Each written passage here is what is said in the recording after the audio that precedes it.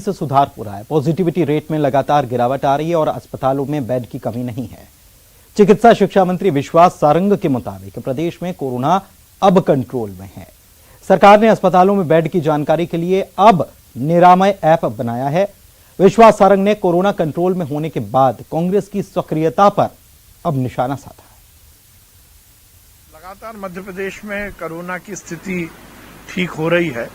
जैसा हम बताते हैं, पॉजिटिविटी रेट घट रहा है, रिकवरी रेट बढ़ रहा है। जब पॉजिटिविटी रेट घटता है तो संख्या आना कम हो रही है और रिकवरी रेट बढ़ने के कारण हमारे बिस्तरों में अब ऑक्यूपेंसी पर्याप्त है। देखिए, इस महामारी के समय कांग्रेस को केवल राजनीति सूझ रही है। कांग्रेस, जैसा हमने पहले कहा, कि लाशों पर राजनीति करने की कोशिश कर रही है। नकारात्मक राजनीति करना यह कांग्रेस की आदत है। मुझे लगता है अच्छा होता कि कांग्रेस के नेता और कांग्रेस के कार्यकर्ता जनता के बीच जाकर सेवा का काम करते। 2 महीने जब कोरोना की महामारी इस पूरे प्रदेश में फैली थी, तब तो कांग्रेस के नेताओं को सेवा करने का कोई भी मन नहीं बना और उसी के कारण उन्होंने 2 महीने तो अपनी सूरत नहीं दिखाई। ढूंढते रह जाओगे कांग्रेस के नेताओं पर ये नारा साबित हो गया था। पर अब जब कोरोना का संकट मध्यम पड़ा है तो इस तरह राजनीति कर वो जनता को गुमराह कर रहे हैं।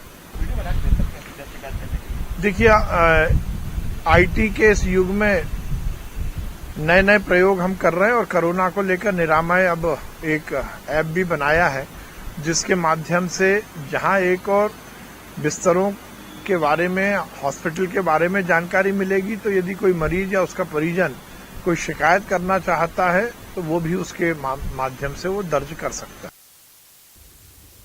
इधर गृह मंत्री डॉक्टर नरोत्तम मिश्रा ने प्रदेश के लोगों से टीका लगवाने की अपील की है। उन्होंने टीकाकरण कर्मियों पर हमले की घटना को दुर्भाग्यपूर्ण बताया और कहा कि टीकाकरण कर्मियों पर हमला न करें।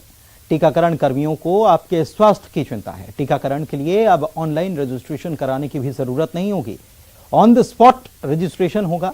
उन्होंने कहा कि कुछ दवाएं कड़वी होती हैं, लेकिन वो स्वास्थ्य के लिए फायदेमंद होती हैं। मैं प्रार्थना करता हूं प्रदेश के सब नागरिकों से कि वैक्सीन की टीम पर हमला न करें, उनके साथ अभद्रता न करें। वो आपके स्वास्थ्य की सोच के आपके बीच में आ रहे हैं, वो आपके हितों के लिए आ रहे हैं। और अब तो सरकार ने वैक्सीन का ऑन स्पॉट रजिस्ट्रेशन भी प्रारंभ कर दिया है। ऑन स्पॉट रजिस्ट्रेशन हो जाने से 18 प्लस के हमारे सभी लोगों को, वो जो बार बार इधर उधर भागना पड़ रहा था, कभी स्लॉट की बारे में आता था कि रात में स्लॉट खुल जाता है, रात में ही बुक हो जाता है, पता नहीं कब खुलता है कब बंद हो जाता है। हम लगातार जनता की सुविधा को सामने रखकर सुधार कर रहे हैं। तो स्वाभाविक रूप से कोई दवाई अगर कड़वी है और हमें शारीरिक रूप से फायदा पहुंचा रही है तो लेना चाहिए। वहीं गृह मंत्री ने कमलनाथ और राहुल गांधी दोनों पर निशाना साधा और कमलनाथ की राहुल गांधी सुनते नहीं हैं, ये भी कहा। कमलनाथ कांग्रेस में अलग थलग पड़ गए हैं। उन्होंने कहा कि कमलनाथ ने सवालों का जवाब अब तक नहीं दिया है। नहीं आया।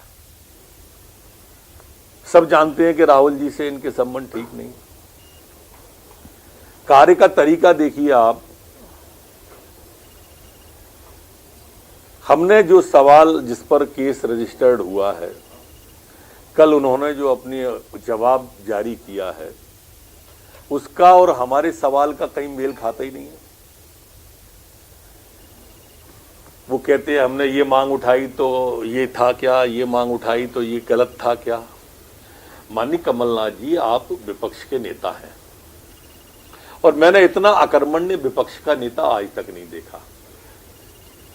मैं भी 30 साल से सदन में हूं, 31 साल से। 1 साल से ऊपर आपको अध्यक्ष बने हो गया, नेता प्रतिपक्ष बने हो गया। एक धरना, एक आंदोलन, एक प्रदर्शन,